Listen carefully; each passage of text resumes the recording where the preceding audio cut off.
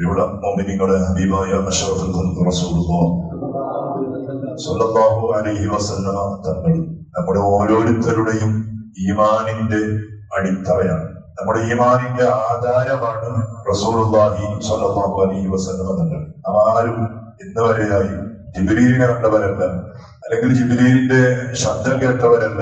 പിന്നെയോ നമ്മുടെ ഈ നിസ്കാരവും നമ്മുടെ നോമ്പും നമ്മുടെ മറ്റുള്ള അമലുകളൊക്കെയും ആ ഒറ്റടിക്ക് അത് റസൂലുള്ള പറഞ്ഞതാണെന്ന് പറഞ്ഞിട്ട് നമ്മുടെ തൊണ്ടയ്ക്ക് നാം വിഴുങ്ങാണ്. അതിനൊരു സംശയമില്ല, അതിനൊരു ചോദ്യമില്ല. എന്താ കാരണം? അത് എന്റെ ഹബീബ് പഠിപ്പിച്ചതാണ്. നമുക്ക് ക്വസ്റ്റനായി അതിന് പിന്നെ അതിന് ചോദ്യമൊന്നുമില്ല. അതാണ് നമ്മുടെ ഈമാനിന്റെ ആധാരമാണ് സയ്യിദുനാ മുഹമ്മദ് റസൂലുള്ളാഹി സ്വല്ലല്ലാഹു അലൈഹി വസല്ലം തങ്ങൾ. ആ മാത്രമൊന്നുമല്ല, സയ്യിദുനാ അബൂബക്കർ സിദ്ദീഖ് റളിയല്ലാഹു അൻഹു പോലും ജിബ്രീലിനെ കണ്ടിട്ടില്ല. ജിബ്രീൽ വലിയ ടോപ്പിലുള്ള മലക്കല്ലേ. എന്നാൽ നമ്മുടെ ഓരോരുത്തരുടെയും രണ്ട് ഭാഗത്ത് മലക്കുകളുണ്ട്, ഹാഫിലിങ്ങൾ, നമ്മെ കാക്കുന്ന മലക്കുകൾ. നാം എവിടെ പോയാലും നമുക്ക് സേഫ്റ്റി തരുന്ന മലക്കുകൾ, അവരെ പോലും നാം കണ്ടിട്ടില്ല.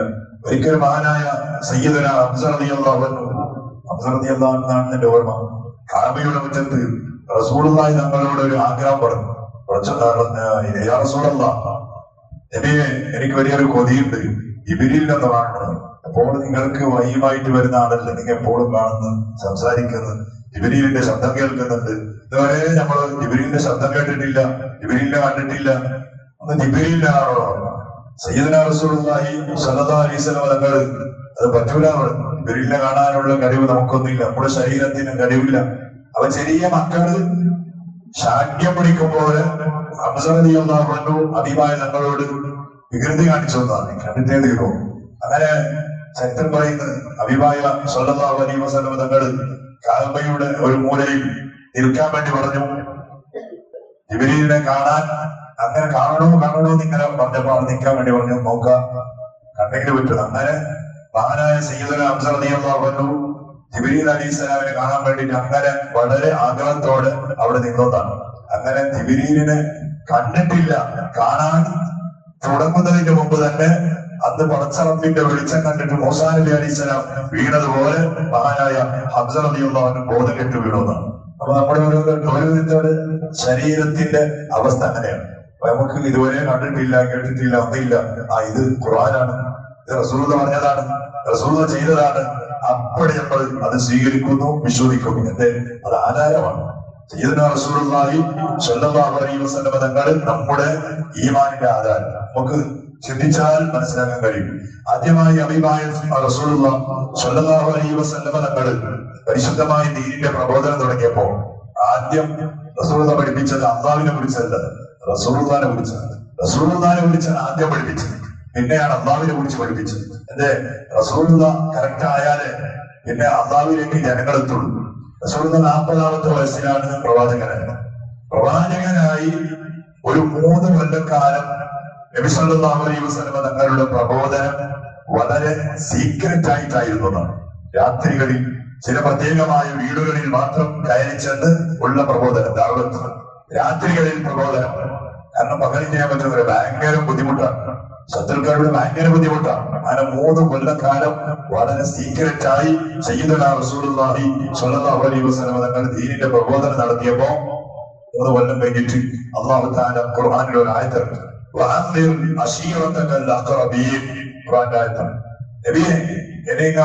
സീക്രറ്റ് ആയിട്ട് ഇവിടെ പ്രബോധനം നടത്തിയ പോലെ നിങ്ങൾ രംഗത്തിലിറങ്ങണതോ.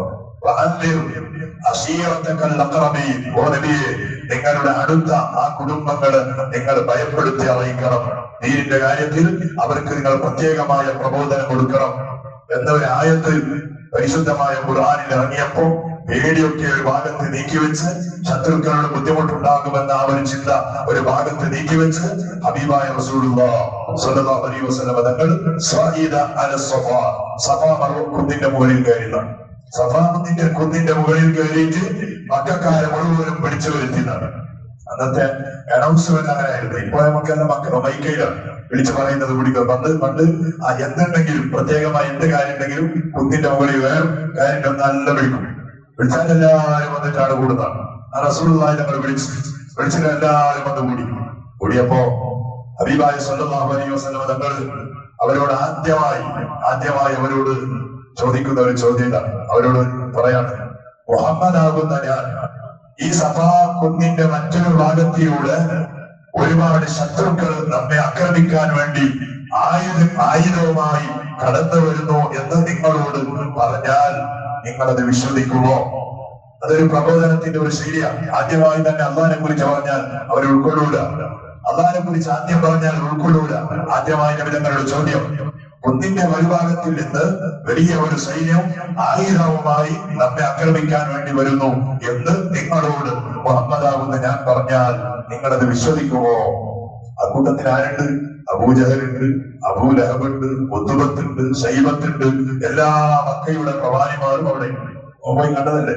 കാബന്റെ അടുത്ത് തന്നെയാണ് സഫ കുന്നുള്ളത്. അപ്പൊ ഓരൊക്കെ ഇരിക്കുന്നത് എവിടെയാ?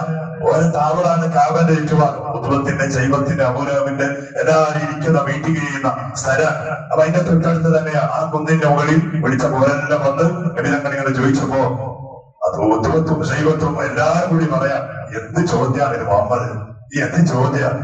40 കൊല്ലം ഞങ്ങളുടെ ഇടയിൽ കുട്ടിക്കാലം മുതൽ ഇന്ന് വരെ ജീവിച്ചിട്ട് ഒരു കളവ് പോലും പറയാത്ത, ഒരു കളവാണെന്ന് തോന്നുന്ന ഒരു വാക്ക് പോലും പറയാത്ത നീ ഇപ്പൊ ഇങ്ങനെ പറഞ്ഞാല് നമ്മളത് വിശ്വസിക്കാതിരിക്കുമോ എന്നാണ് ചോദിച്ചത്.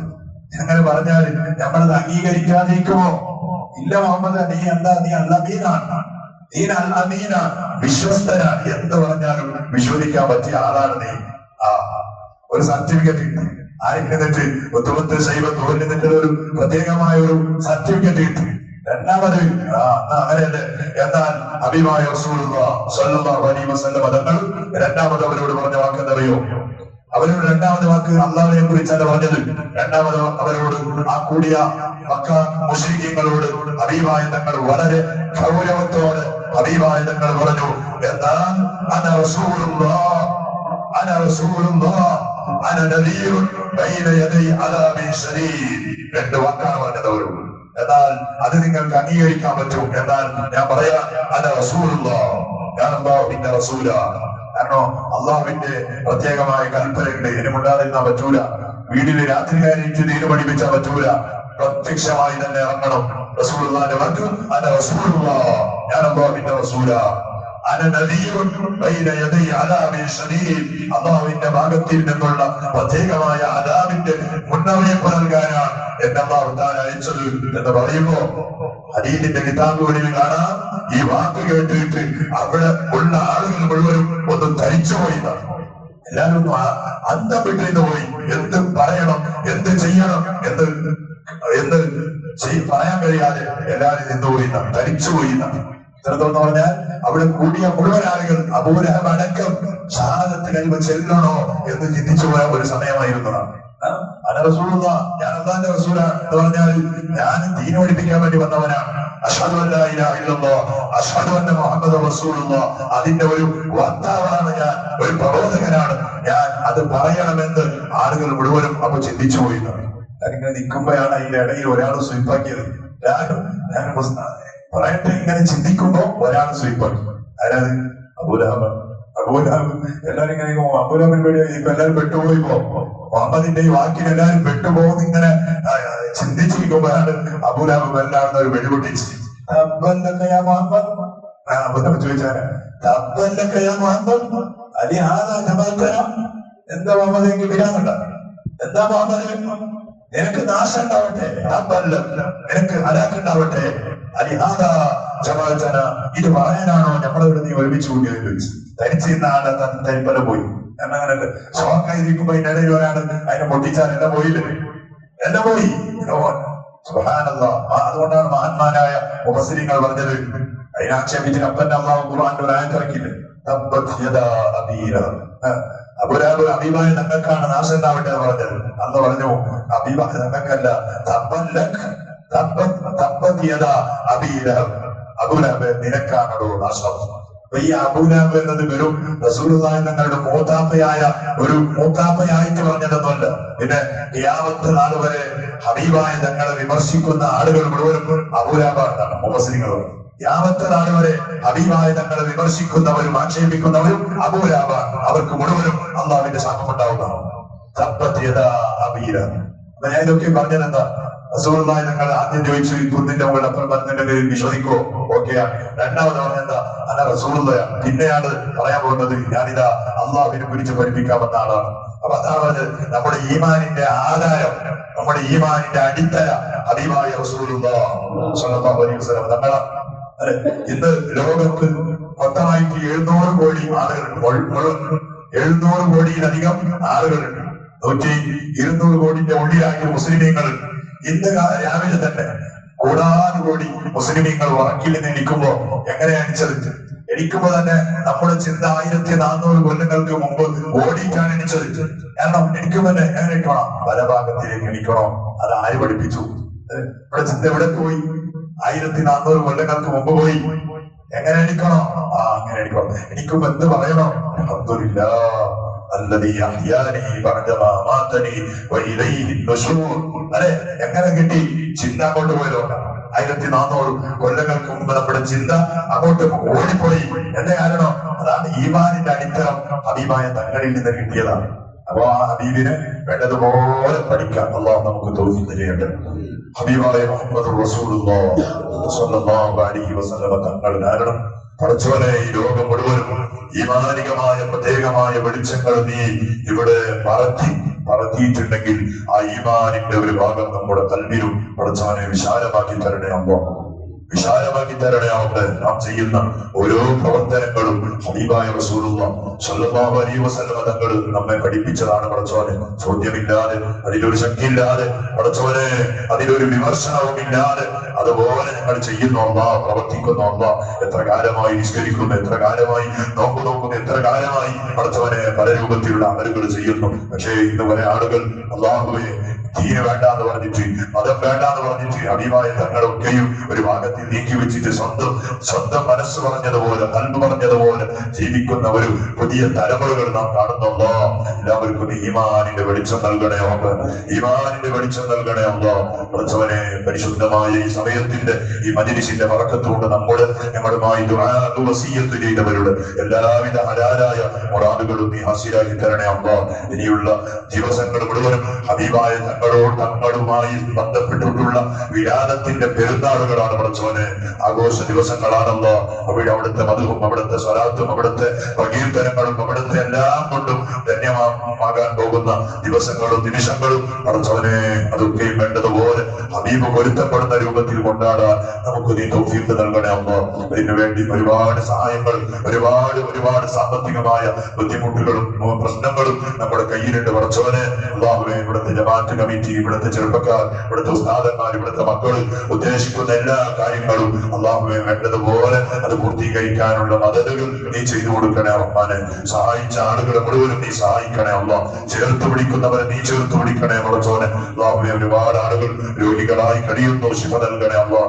കടക്കാരുടെ കടങ്ങൾ മുഴുവനും വീട്ടാനുള്ള വഴികൾ നീ തുറന്നു കൊടുക്കണേ അല്ലാഹ്. നാടും വീടും കുടുംബവും സന്തോഷവും എല്ലാം ഒഴിവാക്കി അങ്ങകലെ പ്രവാസികളായി ധ്വാനിക്കുന്ന എല്ലാ മുഅ്മിനീങ്ങൾ, കുടുംബങ്ങളും, നാട്ടുകാരും, സ്നേഹിതന്മാരും ആഫിയത്തുള്ള ദീർഘ ആയുസ്സുകൊണ്ട് അവരെയും ഞങ്ങളെയും നീ അനുഗ്രഹിക്കണേ അല്ലാഹ്. മരിച്ചുപോയ നമ്മുടെ എല്ലാ കുടുംബങ്ങളുടെ ഖബറും നീ സ്വർഗ്ഗമാക്കണേ അല്ലാഹ്. ബിഹഖി സയ്യിദിനാ മുഹമ്മദിൻ സ്വല്ലല്ലാഹു അലൈഹി വസല്ലം. യാ ഹബീബി യാ മുഹമ്മദ് യാ അറൂസൽ ഖാഫിഖീൻ യാ മുഅയ്യദ് യാ ممجد يا إمام القبلتين يا نبي سلام عليكم يا رسول سلام عليكم يا حبيب سلام عليكم صلوات الله عليكم.